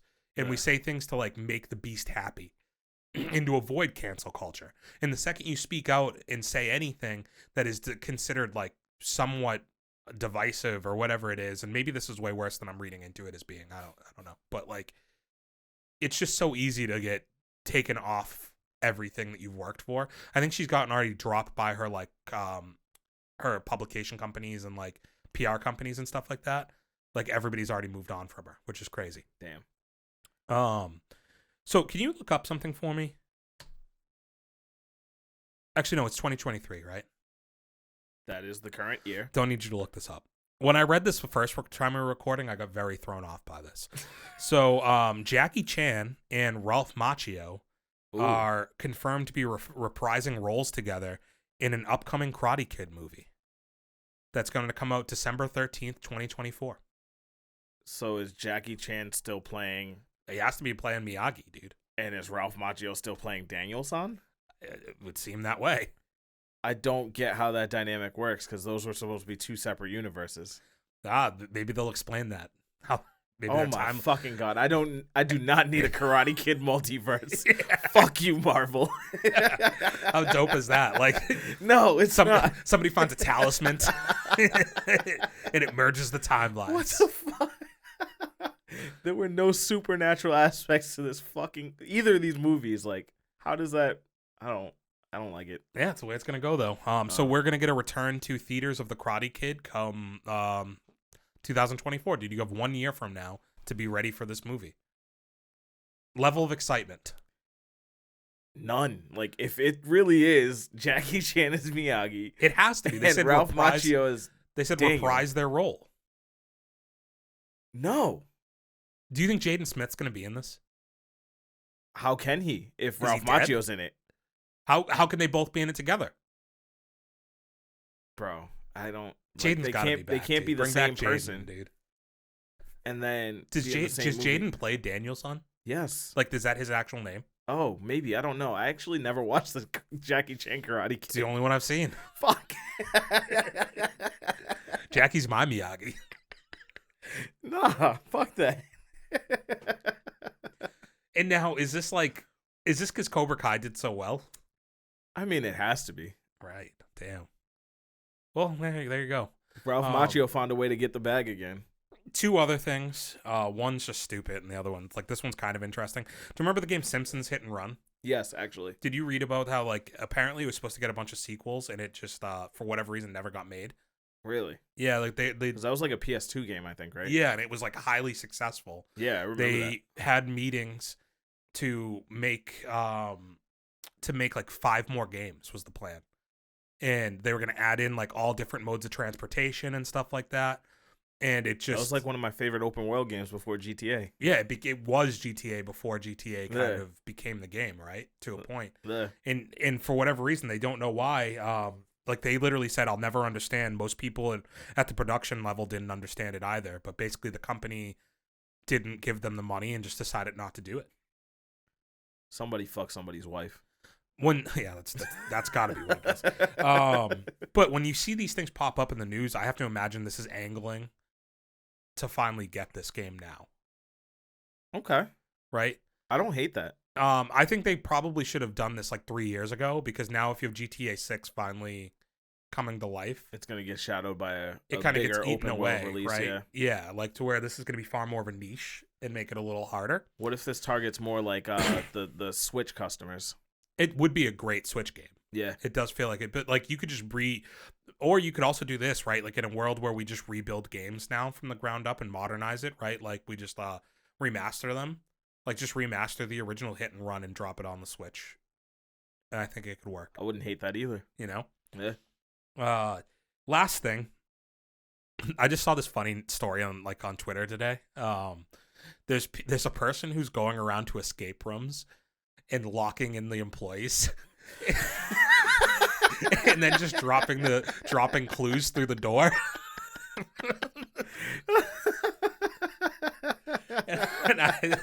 and I'm like, why didn't anybody think of that? That is like, is this our modern day Jigsaw? It's quite honestly not modern day, but you know what I mean. Yeah, Real it's life just Jigsaw. very, very funny. There's a video of him doing it.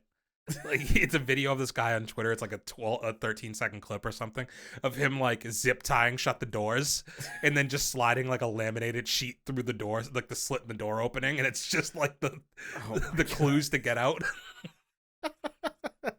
As long as nobody's dying, this is very funny. Oh, like God. As long as this doesn't turn into like a Jigsaw situation and people are just having fun with the idea of like, oh, like, well, I don't think the employees are having fun. They're like, fuck this, my shift was over. Bitch, you work at an escape room. Like, you're doing this to people all day long. It's fine. But are these the same people watching the cameras? They should know the way out. Yeah, well, like, I think they're just busy setting up the escape room, dude. You know? Check that out. Find that on Twitter if you haven't. And I hope it continues as long as nobody dies. Again, caveat, as long as no one dies. I hope this becomes a trend all around the country. Lenny's got beef with escape room employees. Not beef. I just think it's like a very funny thing to do to somebody to be like, oh, your job's to like trap people in escape rooms. Well, take a taste of your own medicine. Yeah, like this is mine. It's real life. Yeah. All right, and finally, let's step into our office. Welcome to the taste test. Ooh. Where we cleanse ourselves of our sins of the week. Oh, no. No, I'm kidding. We're not. There's nothing we did wrong. Nothing happened after that movie, I promise. This is where we reflect, though, on the things we've watched, and we look forward to the future. So we give thanks to the things that we've watched, and we look forward to the future. Stop. I see what you're trying to do, and it's just not coming together for you. Okay, let's kind of go back and forth here. Back and forth. Back, forth, and forth. I'll start with one of my things real quick here. I am halfway through The Hunger Games, the book. Okay. Yeah. I left the movies that night, hopped on Audible, pressed play. I've banged out about 4 hours so far. It's a 9-hour book. Okay. So I'm enjoying it quite a bit. I should be done pretty soon. Move on to Catching Fire. Bang out the trilogy real quick. Does Audible have an option where you could play it at double speed? Yeah, you can do 1 times, 1.5 times, and 2 times. I would probably listen to it at double speed. Why? So I can consume it faster. Why not 1.5 times? It's kind of hard to like have anything resonate when you're like, have you listened to stuff at 2 times speed? Mostly just training videos at work. Okay, well, yeah, like, it's not like you're not trying to have them resonate, dude. So, yeah, because I do know, like, people do listen to podcasts like that. Yeah. Like at faster speed so they can get fitted into like tighter windows on busy days or whatever. Yeah. I've tried. I just like, it's harder for me to listen to it. We used to have a guy at work who would walk around like he didn't have headphones. He would walk around with his phone playing. I think I remember this. Sports radio. It wasn't at the store No? we worked at together. No, different one. And yeah, he would walk around with like sports talk radio podcast version of it and playing it at double speed all day long. It was crazy. It is like I still work with him, so I should probably like pull that up too. And it's not like I'm not like insulting him either. It's just like I can't listen at that speed. It's too much. Yeah. So give me one of yours. What do you got? Anything? So it was pretty light for me. I'm still binging Nancy Drew. How far are we? I'm about 3/4 of the way through season 2. Okay. I think I'm up to episode 13, I want to say. The Iglika? Yeah. I think we're past the Iglika already. Okay. Yeah. Still good? I'm loving it. I'm still very good, right? entranced by this show. Like, yeah. I tell you, it gets away from a lot of like the jump scares you got in season 1 though. Yeah, that's definitely a change. I loved the now I'm stuck on Lucy Gray, but Lucy Sable. Lucy Sable, like the outcome of all that was pretty Dude, great. the plot twist was great. I loved it. Yeah, right. So I did the thing that I talked about last week. What'd you do? I'm like season 4, like episode 4 or 5, and I haven't watched since because I know I'm nearing the end. I've just been putting it off. I think if it's a good ending, then I'm looking forward to it. I have no idea if it's a good ending or not. I don't want it to be over, man. And I know there's no more to watch once I finish. Like the season's shorter for season 4. Oh, is it? Yeah, it's a few episodes shorter than the other ones are. And yeah, I just not sure. She's got a new show coming. Oh, does she? Yeah, the girl who plays Nancy Drew. You remember the show The Good Doctor? That was a show? I thought it was a movie. No, The Good Doctor. I think it's still a show. It's the nerdy little white kid on the cover. I guess he's got like OCD or something, and she has OCD in real life. She's doing a spin-off show called The Good Lawyer. Oh. Okay. Where she's going to be the lead, and I guess she like legitimately in real life suffers from like OCD, and it's been like a big thing for her to get over. And so she's like super excited to do this show, and I was reading about it. It's like an awareness piece for her. Yeah, exactly. Okay. So, that's kind of cool. But yeah, keep us updated on the Nancy Drew front. I'm glad you like it, dude. I don't want to spoil it for anybody on here by talking too in depth on it. I think when we're both done, we might have to do a little short review of it. Yeah, I'm down, man. Because I think people should watch it. Like, yeah. I think if people aren't watching it, it's probably not a show that a lot of people were put onto. I co-sign that, honestly. When it was out, or and it just recently ended. I think it ended in 2023. Okay. But yeah, I think a lot of people probably just weren't put onto it, and it's a lot of fun. It's a good mystery. So another thing for me, Fear the Walking Dead came to a close this week. Final episodes dropped on Sunday. Finished that up.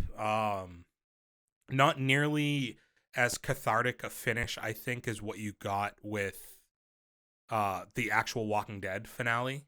And granted, that was like fucking 12 years of work to get to that, where this is 8 seasons still nonetheless that they went through. I thought that the last season was a little messy overall, like just, not as good of a finish as I would have liked to see them come to, but kind of appropriate for the way that show overall has been. But I appreciate where a lot of the main characters got to by the end of everything. I like the directions that they've had. They had a nice little symbolic scene at the very end of this where you had all of the main characters who all essentially like survive together, but really don't. They have a lot of issues with each other. Was this the spinoff that was supposed to kind of bring all the spinoffs together, or no? No, this was like Fear the Walking Dead was the original spinoff to The Walking Dead. Okay. And it's now timed up to be similar time periods as The Walking Dead, but throughout like the difference is like the characters in the original Walking Dead, there was like a community to it. They all supported each other. They had like issues throughout the show, but at the end of the day, like that, they were a family, and it really felt that way. Whereas this show, a lot of the main characters at times have done stuff for self-preservation that weren't good for the other people involved, like most notably Victor Strand. And you have this nice scene at the end where it's like they've all finally gotten to this point with each other, but the reality is like they're not a community that's going to stay together. Like they all have their own stuff, and they have this scene where they're on a 4-way split on a road, and they've met together, and they're all talking and essentially say their goodbyes, and they're all going in different directions to continue on whatever missions that they have for each other. And then do they play See You Again? No, they didn't. No. You did get the return though of like the most liked character in the Fear the Walking Dead world. Is that Rick Grimes? No, that's The Walking Dead. Ah. We'll get there. Alicia Clark, who is awesome on that show, just fantastic. She left at the end of season 7, and you haven't seen her since through the entirety of season 4. She shows up for the last like 15 or 20 minutes of this show, reunites with her mother, which is a nice moment, and who has been dead since season 4, returned for season 8. And like they kind of go off in their own direction. So I think the hope is that you eventually get some crossover with like those characters to the greater scheme of the Walking Dead world, because they're going off to do their own thing now too. They're talking about going to like LA or something in that. back to where it all began was what they were saying. Hmm. Speaking of Rick Grimes, though, they gave the first trailer, like the first full trailer to his spin-off show. They gave the release date too for it, February 25th. Rick and Michonne's TV show looks fucking awesome, dude. Like, Got you bricked up. Yeah, stiff as fuck, dude. Like, I can't tell you that. We're now, I think they said we're 58 days or 57 days away from that, right? No, we're 97 days, maybe 3 months, a little under coming up on 3 months from that show coming out. Yeah. So, man, that's it. That's it for me. That's the next thing on my docket that I'm looking forward to. Okay. Okay, you got anything else? I did catch the first 2 episodes of Monarch. Okay, how we feeling? So far it's kind of a slow start, but I do like it. Is it visually like? It's definitely visually appealing. You don't really get a ton of monsters in these first 2 episodes, though.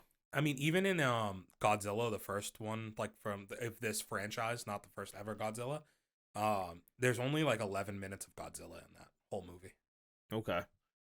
We have not seen Godzilla yet. Yeah, I don't know that you'll see a ton of them just because. Or I guess technically you see him in like a flashback scene real quick, but like. Yeah, I don't know how much new Godzilla you're gonna get out of this because it's like it's expensive. Yeah, to do that stuff, and like the show's but already Apple's expensive got the enough. money. Yeah, no, for sure. But they like, I think that this show is meant to be more about the people than it is about the monsters themselves, right? Yeah. Is that the vibe you're getting from it? Yeah, no, it definitely is, and I mean, it's also like so you were correct. They are telling it from 2 different timelines. Okay. And so it was kind of tough to follow for me. So I think I'm going to have to start it over and kind of really watch it because I was watching it while I was like making food and shit and, like half paying attention. And I realized there's a lot more detail to it than I realized. So I got to like actually sit down and watch it. Do you think you should watch Godzilla and you've seen Kong versus Godzilla, right? Yeah. Yeah. But you haven't seen the first one, right? Just Godzilla or I don't think so. Or Godzilla King of Monsters. You didn't see either one of those? No. Do you think you should? Probably, if these characters tie to that at all. I mean, it is in the same universe. It's all like fallout from that. Then I guess, yeah, I would probably understand the fallout a lot better.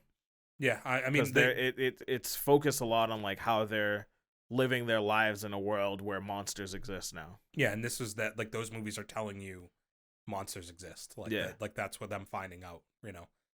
They're really good. Like they're worth watching. The first one's a little slow, but like once it gets going, it's fucking going. I feel like that's how this is gonna be, but I hate that it's a week by week release. So you're gonna give it a few weeks before you come back to it, or? I think so. Just because like they dropped the first 2 episodes, and then it's gonna be 1 episode a week on Wednesdays. Do you know how many episodes in the season there's gonna be? It's an Apple TV show, so it'll probably be 10, but I don't know. You're probably see if I can look it up. 10's a healthy amount for a season of a TV show. Yeah. It is tough that means you have 2 months. Oh, I guess they're going for 11. Interesting. Wait, no. I looked up the wrong thing. What the fuck? Oh, you just looked up Monarch? Yeah. 8? 10 episode season. 10. Yeah. Okay. I wish that I wish that Apple would let you just buy their shows. Like by themselves. Yeah. Like I don't think you can. I think you have to watch them through them. I wonder if I could buy them on the Apple Store though. I only looked on like Vudu. I mean, I feel like you've had to have bought Apple stuff recently that's giving you like a 3-month fucking trial somewhere. Yeah, but if I sign up for the trial, I'm stuck, dude. Oh, you won't get out. And I'm not signing. I don't want more subscriptions. Bro, this $7 are worth it. I'd cut something else for it. There's nothing else I think I can cut. No. AMC, like I could probably pause for like 2 months. Because with there being no Walking Dead stuff coming out, like that's really why I have the AMC Plus membership. It's just because they've kept the Walking Dead stuff coming since I subscribed. But let me tell you, that's not the AMC I was thinking of. I was like, you would pause your theater subscription for 2 months? No, AMC Plus the. No, I get it now. I'm very bought into AMC. Can we talk about AMC really quick? Yeah, what's up? This will be my last thing on the taste test. This doesn't even have anything to do with like movies or anything. Well, it does movies, but like not actual things I'm viewing. They have an AMC credit card now. Dude, every business has its own fucking credit card now. But I'm almost tempted to get it. But like, I feel like they already give you a ton of rewards without the credit card. So when you sign up, they give you 50,000 points. which is, what was it, 5,000 points for every $5 reward. So Yeah, I think it was 50,000 points that they said they gave you right off. it's like $50. No. I think you're Whatever. right. It ends up being Yeah. $50. But so you get that, plus you get more rewards, and it's like what do I do the most outside of like work? Go to the fucking movies, yeah. dude. So like it seems like it would make sense to a point. I just hate that this is how every business wants to do their promotions now, is with credit cards. They get money from it, man. Like a company like AMC is like They've learned that this is how they buy loyalty, pretty much. Well, yeah, and you're trying to stay open, so you have to take money where you can get it to keep your business running, right? How long do you think it is before we see a McVisa from McDonald's? I'm surprised they haven't done that already. Right? Like, I'm surprised. When was the last time they brought back the Monopoly stuff at McDonald's, too, by the way? Fuck, that's been forever, yeah. They got to bring that back. That'll get me back into a McDonald's. I'm not going back. But yeah, I think I'm kind of interested. Like, I think I might sign up for it. You know? Okay. I don't have, like, an egregious amount of credit cards. I have, like, 4. So I think I have like 5 or 6. So I feel like I like that one's kind of self-contained. And it's something I'm not going to run a huge budget up on. Yeah. So I can just pay it off every month and like get extra rewards to save money going to the movies, which I'm already doing. It's money you're going to spend anyways. That's kind of my thinking, right? It's the same thing as the membership. It's like, there's no point in me not having the membership. I go all the time. The same thing with the credit card. It's like if I go 3 or 4 times a month and I just put my popcorn and my drink on it, and it gets me an extra free popcorn and a drink every now and again, like it seems worth it. Yeah. So, anything else? No. I don't really, like, we've gone way too long this week. We had been doing a really good job at like an hour and 15 minutes, like right at that point. And this week we are just blown past it. Yeah. But dude, the Hunger Games was great. Thanksgiving was a good time, fun watch. Bro dates are always cool. And recording twice is always a good time. So, hey man, sometimes it's better the sequel. You know, as I said at the beginning, if you could give us a like, comment, share, subscribe. We're at 95 followers, guys. 95 subscribers. Road to 100. 5 more. Shout out again. I said this earlier. Shout out to Hey Archer, always coming through. He got us a couple followers this past week, and I do appreciate that. I should have put that. You said that earlier. That might have been on the one we didn't record. Fair. If it was, well, here it is. You know, like I 100% appreciate that.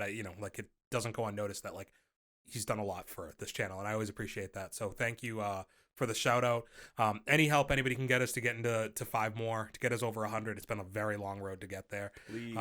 Haven't been streaming games as much recently. Just been watching a ton of like TV shows and shit, so it's taken me away from video games as much. Yeah. We'll get back onto that though. Maybe I might do a Thanksgiving stream. Okay. That's what I was thinking about, because I'm not doing anything for Thanksgiving. I'm going to be here. I actually cooking a ham, dude. I'm personally going to cook a ham, guys. But, like, you're going to cook other things to go with said ham? I'm going to have rice, ham, and some cranberry sauce, dude. Huh. Of the Thanksgiving meats, I don't know if that's my favorite. I don't like turkey. I don't either. What do you have? Chicken? So... Roast beef? On the Dominican side of the family, a very big thing that we get is pork shoulder. Oh, okay. I'm not huge into pork, but like for whatever reason, pork shoulder, it's like such juicy, good, tender fucking meat. You're not into the loin, but you're into the shoulder. Yeah, you know? Cool. Get that dirt off your shoulder. Cool. All right, well, that's Dominican Thanksgiving with Dante. What goes with that? Pretty much your standard staples, you know, fucking mac and cheese, rice, fucking... I walked by some baked macaroni and cheese in the supermarket today, and I considered getting it, and I didn't. Dude, going to the supermarket today, by the way, fucking nightmare. Really? Why? I drove around this parking lot for 20 minutes trying to find a spot. 2 days before Thanksgiving, and it was just chaos, dude. Like, there was just so many people in there. The aisles were packed. It's my least favorite shopping experiences is, like, busy supermarkets. I hate them. Yeah, I also like slept later than I meant to today. I normally try, if I have a day like that where I have to go to the grocery store, I'd rather go at like 8:39 in the morning and just like get in. I think the thing that pisses me off the most is no matter how busy a supermarket is, there's never more than 2 registers. No, there was all of them running. Oh, seriously? Yeah. Sick. I might have to start shopping out this way. Yeah, Hanover Market Basket. Shout out. Shout out to my local grocery store. 2 shout outs on this show. Oh shit. Nerd Affiliated, Hey Archer, and the Market Basket supermarket. Yeah, if you could, like I said, like, comment, share, subscribe. You can find us anywhere podcasts are provided, audio and video. We are on YouTube at For Those Good Taste. Check out all of our socials. Please drop in some stuff on TikTok recently. I haven't put up the YouTube shorts that we have, but we do have some to put out. So keep an eye out for those as well. Dante, Dirty Water, ENT __7. Why __7? I was just guessing. Dirty Water Fuck, now you're fucking me up. Dirty Water ENT on YouTube, Dirty Water _ENT on Twitch and Instagram. And that's it. Bailey, what do we say? I thought she was actually gonna speak. No, I was like, damn, damn, I don't you ever train trained that girl like that. Yes. Gary, I did my first death pop. It's a real thing, right? Make that barrel bark, girl. Yeah. Love you. Peace. For those with good taste.